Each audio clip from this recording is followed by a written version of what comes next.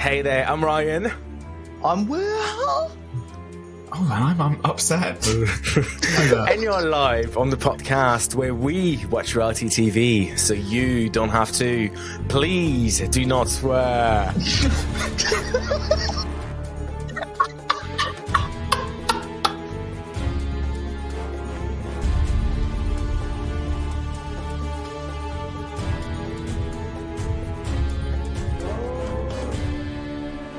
Hello and welcome to episode 22 of It's Just a Game, the podcast where we watch reality TV so you don't have to.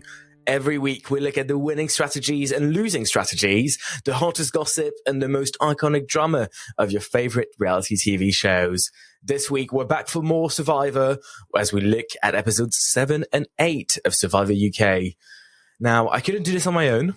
Well, I could, but it'd just be really shit. And this is why I'm joined by my two housemates, Ivan and Wilf. Hello, Ivan. How are you? I'm fine. I'm sort of I'm just vibing on the fact that as a French person, which, and I hate to reveal this to the audience, but you are French. Ooh la la. There we go. Your idea of British regional accents is so off the mark. I'm sorry, my please do not swear was perfect. Please do not swear. Why did you roll the R? Whoa. I don't Okay, well, go on, let's have it. Welcome to my new recurring segment. Please do not swear.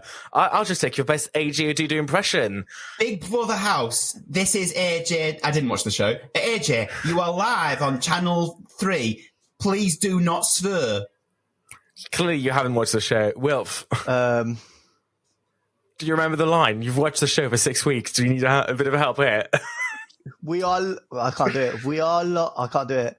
I can just do that. Do not swear. But you're doing it with Marcus's voice. You're doing it with Big Brother's voice for some reason. Do not swear. I can't do it. Dear 35 in the Big Brother house. AJ is trying to pronounce the word swear. See, that was actually incredible. Feeling to say the word. Ivan, you're going to have to narrate my life. But anyway, that's Ivan and Wilf. How are you? I'm good, man. I'm excited to talk about this such very, very good episode. Yeah. I'd like to say we have a lot to say, but maybe a bit less than usual. Now, as always, be warned, we're entering a spoiler zone. So if you haven't seen episodes 1 to 8 of Survivor UK and you don't want to be spoiled, go away and come back when you're done. If you have seen it, stay right here. Do not move. And if you don't mind being spoiled, well, guess who's here? Ivan is going to catch us up. Ivan, what's been going on? Ivan. Right. Will can ask it this time. Will? No, Ivan. What's been going on, Ivan?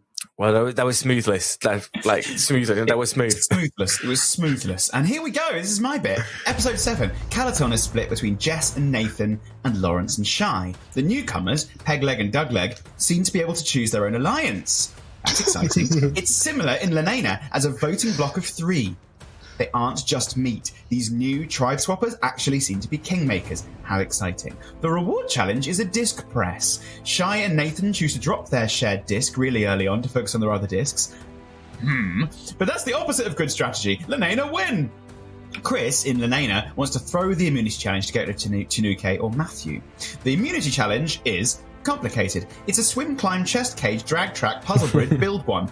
Chris tries so hard to lose, and they still win. Fail. Calaton is split into 3 pairs, but they're all lying to each other. But in the vote, Nathan and Jess are the butts of the blind side. From her alliance ruling Calaton to being down to one player in 2 weeks, and all men in Calaton. So, episode 8. The gang get letters from home, which is clearly emotional for them. I felt like we were intruding. In the second half of the episode, Lee gets angry at Chris for being too obvious about throwing the task. Chris asks him to calm down. They fully fall out. It's ugly. Lenana are shocked to see that Jess has gone, and the Calaton boys have to defend their misogyny. The immunity challenge is a big bucket balance. It's not something the big orange blokes can do, but as an individual task, it's not something Christopher can throw. So, the Lenana 7 survive and win another task, and Caladon will be down to 4. Once again, Doug and Pegleg are the kingmakers, and it seems like it's between Nathan or Shy. Nathan uses the phrase parting gift when voting Shy, and Doug and Peg go with him 3-2, but to be fair, Shy was always on borrowed time. The tribes are about to merge, and not a single tribe swapper has been sent home, and one of the remaining 11 is halfway to the prize of £100,000. And that's where we are now. BBC rate. £1. 100,000 pennies.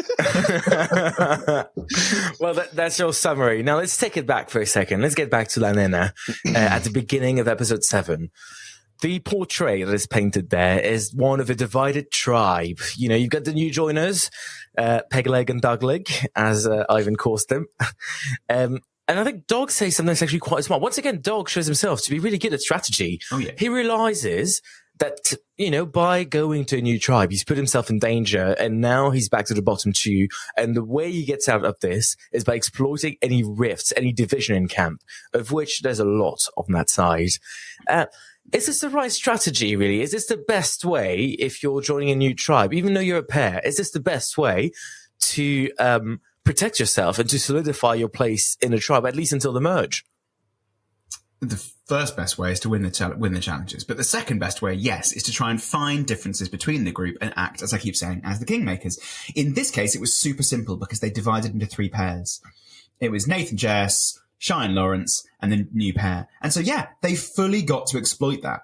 And you saw it, in a sense, in Lanena as well. But it just goes to show that by swapping 2, not 1, you don't have one person out. You have the people who can make the majority. It was actually, I think it was quite easy for them to do that, to exploit it and survive twice. Well played them. Yeah, I think that they played it quite well, to be fair. Like Ivan was saying, when you think about it, when you go into a new tribe and you survive twice, that like, it's hats off to them. And they've survived to the point where they have control of the majority now, because they do not control certain people, but they have alliances with certain people. So they are more in control than what they were in the other camp as well. So they've literally gone over to this camp. They've grown as a pair, and I think they're in a really strong position for when they do merge, because they're sort of the kingmakers. They're the ones that are controlling the narrative at the moment, I think. When they offered the switch, this is why I said it's a good idea to choose to switch, because assuming you can survive, and there's plenty of ways to do that, then you've got that great opportunity of knowing people on both sides. I think that Lawrence and Shy would probably trust Doug, and I think that most of Lanena would trust Doug. So I think, the only reason they wouldn't trust anyone from Calaton is because of this misogyny tag which is being applied to everyone. I know we're going to get onto that later, but I think it's worked out really well for them on both sides. All 5 people who've switched tribes are in a strong position right now. Do you think, though, if you're on the opposite team and you're watching that Doug and Pegleg have got through twice, do you start doubting their loyalty to you? Do you start thinking, maybe they're not loyal to us anymore? Because or do you just think they're glad they're still there and must think, they're really trustworthy people for them to still be in? I don't know. I think they've really gone for that approach where people seem to really think your original tribe is still your tribe at heart. Sometimes in Survivor you can see this. People just sort of move away from the original tribe and they belong a full-fledged member of the new tribe. Here, yes, they're on Lanena, but really deep down, they've always been Calaton. And I think everyone thinks this way on camp. I think it doesn't actually matter too much. They can use that as a reason to form a division, to form a majority. But in the end, they're not going to turn somebody down if they're from a different tribe. They just want the numbers. And, this kind of allegiance and I swear myself to Lanena, I'm going to lose the task so I can get rid of somebody from Calaton. It's all nonsense, really. Because in the end, it doesn't matter what colour buff you're wearing. In 1 week, you're all going to be wearing pink. And it turns out. And therefore, all they need to do is make sure they've got the numbers. They will, I can guarantee you, it's not just going to split back up into original Lanena, original Calaton. That's the thing. This merge is actually coming at the perfect time. I know we're halfway through the adventure, but this is perfect because everyone and everything is divided. Lanena is a mess. Calaton is a mess. People are backstabbing each other. Alliances are shifting every day. It's messy on each side. And I think that actually sets us up for a really good merge, because now it's actually hard to see how the alliances are going to solidify when it comes to the merge. No, I'm thinking it might be by all tribes, but even then, I don't think that will last very long. It's very much now, people have very much created bonds across tribes. Colors mean nothing just ahead of the merger, and that will make the merge really interesting. I just feel like there's not much strategy in this whole thing so far. We've had like little glimpses of strategy, but realistically, the only person who I'm watching at the moment who has an actual good strategy, and I think will carry on smashing it in the merger, is Doug. Yeah, 100%. I think he is the only one who's putting in play games, and the rest of them have these strategies, but they can't execute them well enough because they haven't got a solidified group. It's quite like not very forward planning. They've got these strategies, but the strategies last 2, 3, 4, 5 days at most. You still can't see them thinking about, like, you know, they say the word merge, but you can't see them thinking beyond the merge. I actually don't. I think Doug is playing a good game, but I don't think that's necessarily true long term. Choosing to get rid of Nathan, not Shy, to me is a tactical error, because Nathan will prop up the old Calaton gang if that's what happens, whereas Doug would eventually revert back to the old Lenana gang. If you wanted to get rid of Nathan at this point, you're left with Shy, who's not making strong connections, only really has an alliance with Lawrence, and won't really be a big risk to you in the end game. So while I think he might have won over Nathan's approval by getting rid of Shy, and he now has Nathan on his own, Lawrence on his own, and is not building a strong alliance in any way. He's also not knocking out big players. I think the long-term thing to do would have been getting rid of Nathan. So in a way, maybe Doug's playing well. Maybe he's not playing that well. I guess, you know, obviously, you do have a point in that you've got to look forward to the long term. The adventure becomes individual now. And, you know, being up against a Nathan, you're probably taking quite a fair few risks keeping him in the game. Yeah. Especially because obviously in episode 8, he does have a golden opportunity to get rid of Nathan.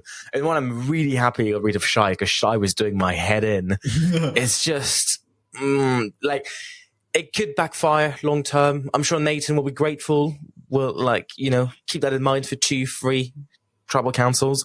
But past that, Nathan's a really likable guy. So I think on leaving him in is scary, because I think when he joins the other tribe, he'll make good alliances there as well. Like, he's quite a strong player. He's not a great strategist. I haven't really seen any strategy from him, actually. That's why I'm not sure he's that much of a threat, to be honest, because, yeah, I agree it would have been good to get him out, but Shy, on the other hand, was half decent strategy. He just couldn't execute them because he didn't have many friends in there. Certainly better than Nathan, in my view. But what Nathan will do is prop up the ex-Calaton gang of Matt, Tanuke, Leilani, Nathan, potentially Lawrence. Like, that's 5. I know there's 11 people left, but, like... I don't know. I think you want to keep those numbers down. If you're thinking along party lines, I think you want to keep those numbers down as much as you can. Yeah, fair enough.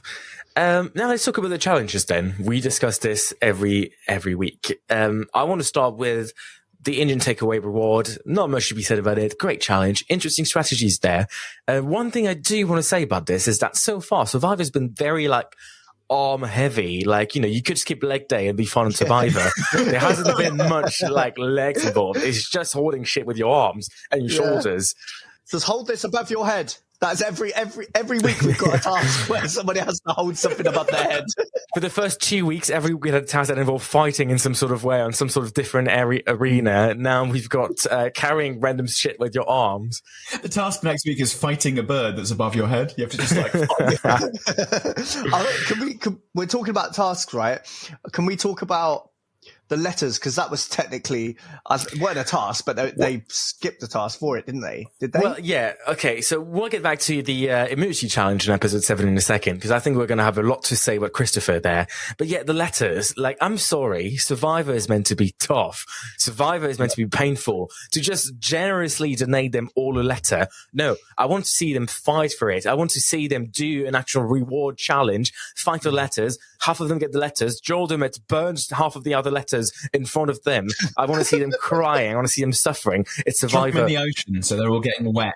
Pick out a tiny shred. Like, I think it's from my son, but I can't tell because it's all wet. Yeah, we want that. We want that. But also spending gratuitous 25 minutes on it. Like, It was a long edit. And the thing is, I'll be completely honest. I haven't got to know enough of them to get emotional when they read it.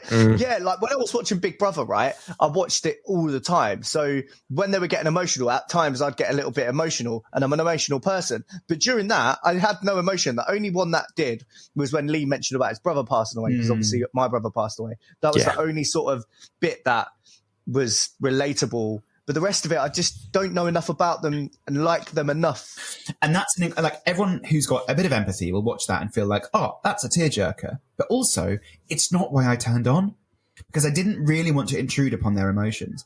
And so, yeah, when I had, I won't reveal exactly where and when, and it wasn't during filming, but when I had a little message from home, as allowed by whoever, it was an emotional moment for me. I'm glad it wasn't on bloody TV, because it was a personal, emotional moment. And I get it. If you've spent 56 days watching people on Big Brother and you watch them have a letter from home, it's like, okay, I care about you and I want to see what your sister looks like. But with this, it lacked, for me, any relevance to the rest of the show. It was just a bit weird. And like they're taking away a challenge for this. Yeah, it was the reward for a challenge that didn't exist. It was just matey walking on a beach and finding it. Like the producers haven't gone, do you want to go for a walk? Yeah, that way. Do you want to go to the beach, see if you can find some wild big bottles just standing around between the crabs? Oh, and I just feel like you can see through what they're doing. They want the show to have heart. Do you think that they during filming, they thought, okay, we need a bit more about them, and we need the audience to care a bit more about them? I don't think that's something that the letters would fix. Obviously, the issue here is that because it's a BBC, they've got to fit this in 58 minutes and 30 seconds. And there's a lot to fit in, which means we don't get, as opposed to, the US, which is getting 90 minutes episode now, or France, where it's 2 hours, you don't get to actually meet the people, meet the character, and just create a bond, feel close to them, because it all has to go so fast. 5 minutes from camp, reward challenge, 10 minutes of camp, immunity challenge, 5 minutes from camp, tribal council, good night. Yeah. But now let's talk about the other challenge there. And I think that's also one where I'm going to have a lot to say, because for starters, that challenge was trying to, it's a sort of puzzle / water game / God knows what it is. Like, it's manufacturing your own rail line / it's just all very complicated. Do you think they got the producers from The Apprentice to do that game? Just throw in as many random elements as possible. There was like a prison built in the sea, and they had to break into the prison, and then they had to become pirates. They had to sit on top of them to get it under. It was just weird. Plunder the chests and then swim to the thing and then go along a bridge. And why was the bridge there? Why did the bridge matter? And then they had to play fishing with a bit of the bridge, and then they had to get there and build an arch. But the arch had to be a special arch, and even though it looked like they got it right, it wasn't right. And I love it in a challenge when you have to look to Joel Dommett and him go, no, that's not good. There should be a visual, like a Legend of Zelda, when you get it right. And it looked like they got it right, and it was still wrong. And that's a failure of game design. And Joel, they're looking at Joel, and Joel's getting in the earpiece. Yeah. He's just waiting. Yeah, he's just waiting. Is it right? He doesn't even know himself. I thought I was going to see him in the water again, though. I really did. We did. He went knee deep in the water. He was still talking. He went knee deep. But this time they brought the platform a bit closer, so he didn't have to swim all the way out. He could just stay. I noticed that. I noticed that the platform there was only a little gap before it was really far away. Hashtag Joel in the water. Just told Dommett But now, probably the most shocking bit of that challenge is Christopher's new strategy. He thinks that what would be good to do is to start picking out people from the Nene, and to do that, he wants to throw the challenge.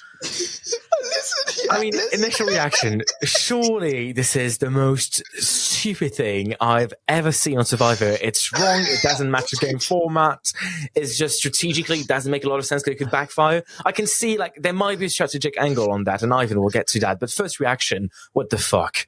Oh, mate, I swear on my life, yeah, I was watching it, and this is why I don't agree with how Lee approached it, but I do agree on what he was trying to say.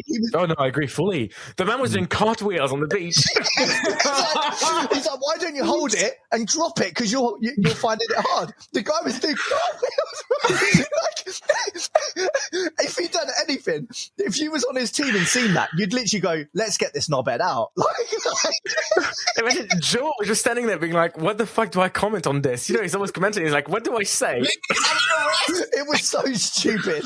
It was like, there's so many ways to throw a challenge, right? And that was not sabotaging at all. That was basically committing Harry Carey for himself. If people were a bit more savage about it, like. Well, Ivan, is there strategy behind this? Is there a reason? Please tell us, because what the fuck? Yeah, no. So initially, same thought as you. Stupid, fucking like so stupid. And the worst thing about it was doing it in such a frivolous, carefree way. Ugh, sends an awful message. I think if you consider it instead as an effort to protect Doug and Peg, then I sort of get it. Because not only are you keeping your original tribe together, but you're actually earning the respect of two people. If you then go and say, 2 weeks you could have gone, your tribe was shit, and I saved you both times by losing on purpose. Here's what you need. You need a majority of your tribe to be completely united and all of them working together to throw the game in an obvious way. The fact that he kind of shared it-ish with Ashley and then said, let's leave it to the final moment. If I nod, we'll do it. Then nodded, then tried to do it, made a fool of himself, embarrassed himself, showed himself to be an unreliable team member, and then still won. Immediately invalidates the entire thing. Cut to the next week when they were again like, maybe we should try it because it's only 1 week to go to the merge. We just have to lose this task and we save Doug and Pegleg.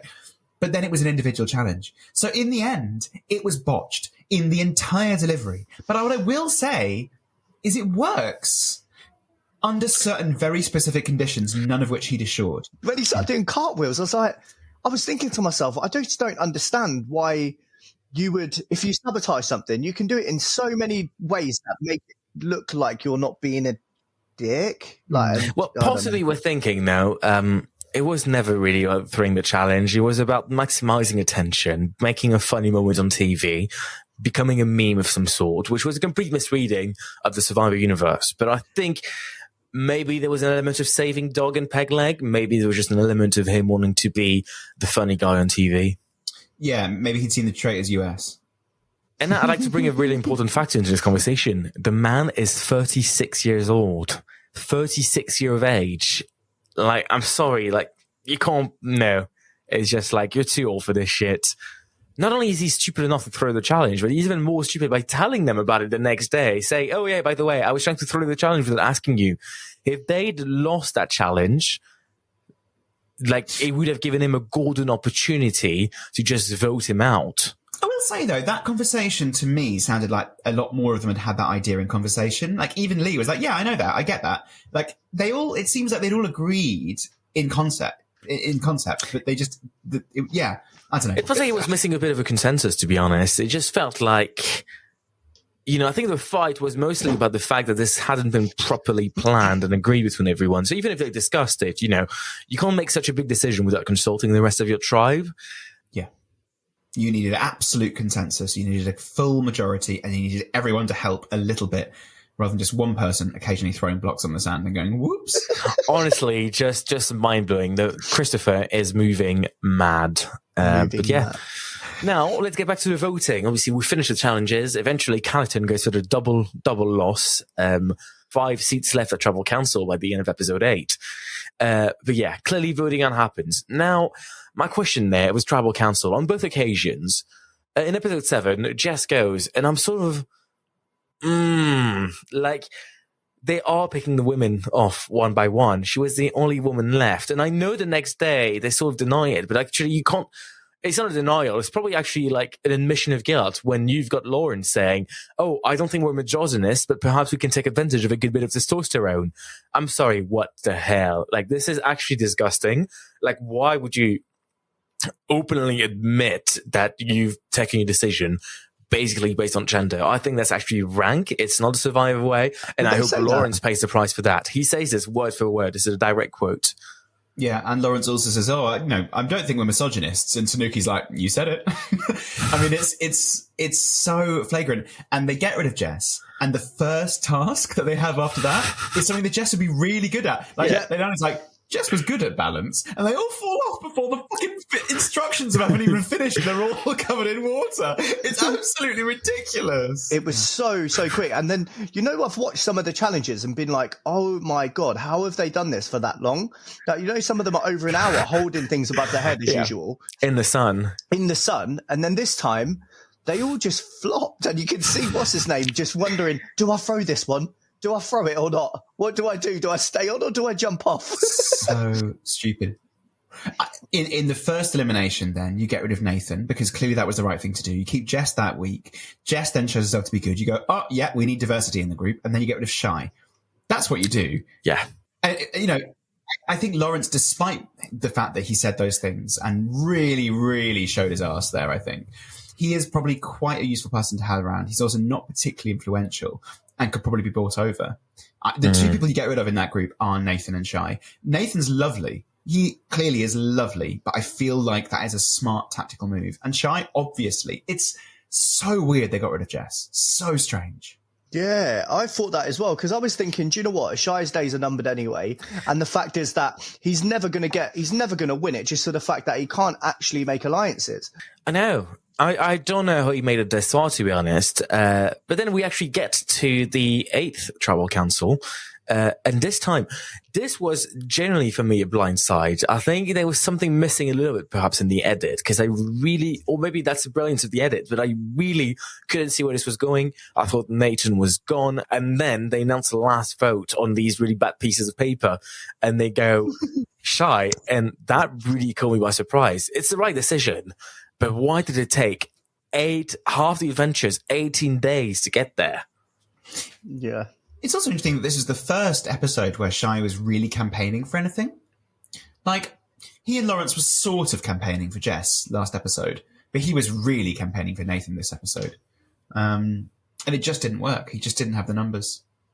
I think, yeah, as we've said, I think we always knew he was going to go. It was a question of when and at whose expense. So, bad strategy, but this had to happen. Right, well then this leaves us with the merge. It's coming. We see it in a teaser. They've kept it just for the halfway point. The merge is coming.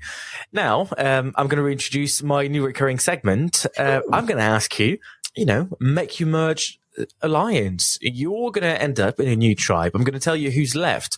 You tell me, who do you create your alliance with? You can join any alliance with any number of players. Who are you joining? The candidates are Ashley, Christopher, Doug, Hannah, Lawrence, Lee, Leilani, Matthew, Nathan, Pegleg, and Tanuki. Make your alliance. Who are you joining? Ivan. Oh, for me, it's the core Calaton group who've been there since the beginning, with a few extras. So for me at this point, I would feel safe with Tanuki, Matthew, Leilani, Nathan. That's 4, but that's of 11. The issue with that, clearly, is that Linnea outnumber them. They've got to win a couple over. Mm-hmm. They could then probably also get Lawrence in that, 5. And if I want to pull over some really strong people, who do I rate? I probably rate Hannah. I think Hannah's probably quite good. And maybe Ashley. So I think probably that's what I do. That's about 7. That's Dream Alliance. What about you guys? Wilf, Dream Alliance. Who are you joining? It's a really hard one. Do you want a list of players on WhatsApp? No. I know most of their names. So I'd have Tanika. Is it Tanika? Yeah, you know most of their names. I know most of their names. Tanuki. No, but I'd have Tanuka. There's no A in it. There's no A in the name. I'm sorry. He just said that. Did you not? I said Tanuki. She's a professional rollerblader. Don't you know that? Yeah, that person. Yeah. And then Leilana. Yeah, that's it. You got it. Nailed it. No, it's because I get confused because Leilani. Leilani. I can't say it. Leilani. Yeah. And then Douglas, of course. Douglas. Pegleg. Nath. Wait, I'm trying to say my people. Doug, you're trying, mate. You're trying. Doug, Pegleg, Nathan. And then Pegarm. Yeah, Pegarm. That's his name. Pegarm. Nathan. And then I think I'd have Hannah, actually. I like Hannah a lot. Yeah. If you can get Doug and Pegleg on that side, you haven't got to worry about trying to win over Ashley and Hannah. If you can get Pegleg and Doug on that side with Tanuke, Matthew, Nathan, and Lawrence, that's so strong. I just don't like Lawrence. Yeah. It's a package deal, though. I get that you don't like him, but if you're going to take the Calaton gang, he's going to come with them, at least to begin with. Yeah. I mean, that's why ultimately I'd have quite a similar strategy. I would want to bring over Doug and Pegleg. They're solid. Unfortunately, yeah, that means taking Lawrence. I don't want Lawrence. I tried to get rid of him quite fast, but I have to be sly about it. Nathan, I want to keep on as well. And then if I had a few places to top it off, it probably Hannah, maybe Lee. I know I struggled with Lee at the beginning, but I think he's really sort of like, he's started to become more, I don't know, I'm starting to enjoy seeing him in the game a bit more. And Leilani Tanuki would probably be also quite solid options, but it'd probably be among the earlier leavers, you know, if when it came time to sacrifice one of your own. The other thing about Lee is, obviously in the first couple of episodes he was really objectionable. Some of the things he said were really not very easy to listen to. But he is loyal, and therefore you want him on your alliance because he will work and do everything he can to win for you. And also easily blindsidable. Yeah. Yeah. Very Which easy. is sad to say, but like, it's going to happen at some point. You're going to need it. Once you run out of people to vote out, you're going to have to start eating your own tribe. Well, I like Lee in the last couple of episodes. You start to see, like, even, do you know what? The letter thing did. It actually made me think, he's actually an all right lad. Do you know what I mean? He's like, he's really close with his mum, and the way he talks about his mum, I was like, he seems all right, actually. Like, but then also the way he spoke up to Christopher, like that really made me like, okay, he is standing up for what he thinks is right. Yeah. And he's like, and I agree with him. Yeah, and I agreed with him. He could have toned it down a tiny bit but Christopher seems like one of them people that would just, you know, keep poking you, like, to make you go mad. Well, it's just like basically like it's reading that conversation. I can see why Lee would get frustrated because he was just like acting like he was like the king of strategy and he was right and he didn't need to consult anyone. He was just very smug about it. At one point he was like, bro, can you calm down? Which is probably the worst thing you could say to somebody who's not calm. Like, it's just, bit ick. I just want to say, because I don't regularly have recurring segments, but I'm going to have this one. I don't remember the name. Let's call it Who's Your Guy? We revisit our initial predictions once more and decide who is winning. Ryan, you're out, so you get to decide. The remaining players in our Who's Your Guy sweepstake are Matthew for me and Pegleg for Will. So who's your guy and who's winning right now out of those two? Why are the rules so strict? Like, hey... No, because what's the point of making a prediction at the start of the series if you don't stick with it? Yeah, that's fair. Yes, thank you. Can we not make a merge prediction? We can do a merge prediction, but it's only worth half a point, all right? The full point is if your original bloke wins. Of the two blokes that we picked, Matthew and Peg, who's doing better right now? Why is this so hard? It's clearly Matthew. No, it's not. How is it clearly Matthew? No, it's not. It's Pegleg, man. Pegleg's sailing through, mate. He's doing a mezza. He's just sailing through, bro. He's surfing through. Okay, now mid-show predictions. Who do you think, you can name someone new now, who do you think is winning? Updated prediction for half a point. I'm going to go Doug. It's really, really hard to see past Doug. I can see a few others, to be honest. You know, Nathan could be one. But I can see the downfall of Doug. I'm saying Tanuke to be different. I'm going to say Hannah. Yeah. I think Hannah's going to surprise people. I think she's going to be good. All three solid choices, because, obviously I can see potentially the downfall of Doug coming in that he's starting to be quite a good strategist, and on Survivor that scares people away. And he's getting a lot of airtime, which means he's going to explode and everyone's going to be like, no, I didn't expect that coming. He's above the parapet for sure. Whereas people like Hannah, they've been keeping a very low profile, but making a lot of friends and just being reliable the entire way through. She's intelligent as well. You hear her speak. You're like, she's so really smart. Knows what she's very smart. I really rate Hannah. She's great. But I guess that's all guesses then for the pre-merger. Should we be back next week to discuss the results of the merge and see what's happened and whether our favourites have made it? Let's do that. Absolutely. Well, in that case, thank you for listening. My name is Rayan. You can follow me at I don't think we're misogynists, but perhaps we can take advantage of a good bit of testosterone. You said that so quick and so clear as well. My name's Will. Follow me at Wilfred something. My name's Ivan, and why don't you go follow some women for a change, huh? If you like the podcast, don't forget, subscribe, give us a 5-star review, follow us on social media, follow us in the streets, send me some pastries, whatever you want to do. And from all of us here, see you next week, and goodbye. Good morning, driver. Bye-bye, sir.